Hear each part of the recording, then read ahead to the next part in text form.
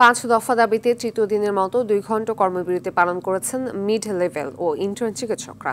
সকাল 10টা থেকে 12টা পর্যন্ত কর্মবিরতি পালন করে তারা। সকাল থেকে খুলনা মেডিকেল কলেজ হাসপাতালের আউট ও ইনডোরের সব কাজ বন্ধ রেখে মূল ফটকের সামনে অবস্থান নেয় আন্দোলনকারী।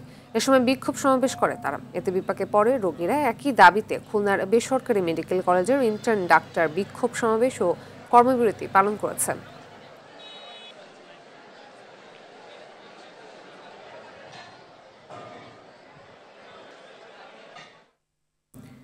এ বিষয়ে আরো জানাতে রাজশাহী থেকে সরাসরি যোগ দিচ্ছেন সহকর্মী মোস্তাফিজ রকিব। মোস্তাফিজ, ধর্মঘট শেষে চিকিৎসকরা কাজে যোগ দিয়েছে কিনা আমাদের জানাবেন।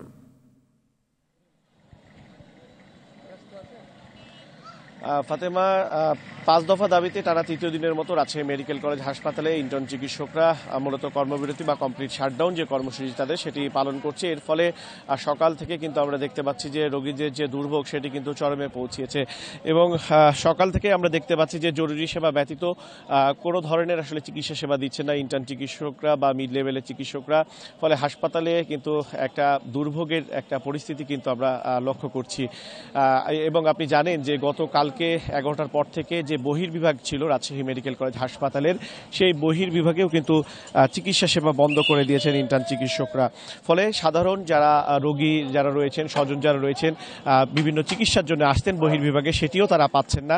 পাশাপাশি গতকাল বিকেলের পর থেকেও কিন্তু আমরা দেখেছেন যে প্রাইভেট যে চেম্বারগুলো রয়েছে চিকিৎসকদের, সেগুলোও বন্ধ করে দিয়েছে। ফলে রাজশাহীর যেই চিকিৎসা ব্যবস্থা একেবারে স্থবিরতা নেমে এসেছে এবং সাধারণ যারা রোগী রয়েছে, স্বজন রয়েছে, তারা আসলেই বিপাকে পড়েছেন এবং তাদের সাথে আমরা কথা বলেছিলাম।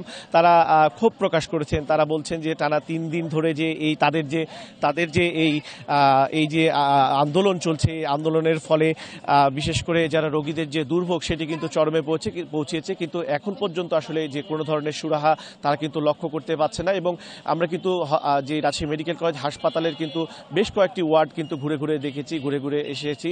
তো সেইগুলোতেও কিন্তু আমরা রোগীদের যে আহাজারি বা কষ্টের কথাগুলো শুনে এসেছি। তারা বলছেন যে খুব দ্রুত সময়ের মধ্যে যদি আসলে এই চিকিৎসা সেবা সচল যদি না করা হয়, তাহলে কিন্তু যেই অকালে কিন্তু অনেক রোগীর কিন্তু প্রাণ সেটি কিন্তু বিনা চিকিৎসায় সেটা কিন্তু আসলে ঝরে যেতে পারে।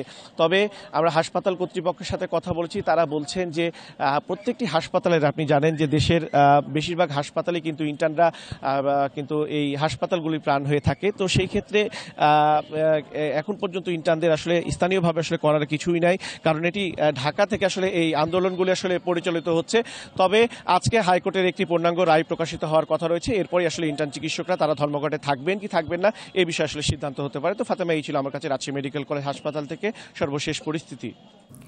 ধন্যবাদ।